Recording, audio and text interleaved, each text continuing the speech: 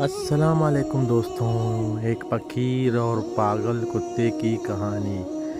ایک دن ایک فقیر آدمی اپنے گاؤں کے سڑک پر چل رہا تھا۔ وہ ایک پاگل کتا دیکھا انہوں نے جو بے تمیزی سے سڑک پر پھر رہا تھا۔ فقیر آدمی کتے کو دیکھ کر رحم کھایا اور اسے اپنے ساتھ لے لیا۔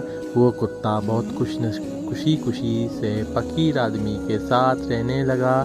فقیر آدمی اپنے کمائی کا کچھ حصہ کتے کو دیتا اور دونوں کے درمیان ایک گہری دوستی بن گئی۔ ان کی روزمرہ زندگی میں بہت سارے مشکلات ہیں، لیکن دونوں نے ایک دوسرے کی مدد کر کے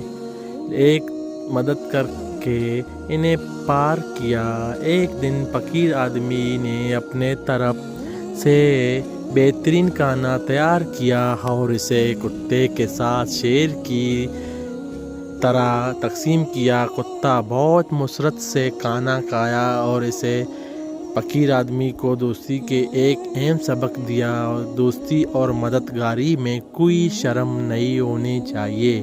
یہ کہانی ہمیں یہ سکھاتی ہے کہ حیات میں دوستی اور مددگاری کی قدر کرنی چاہیے اور کسی کی دیانتداری کو امتحان میں نہیں لینا چاہیے۔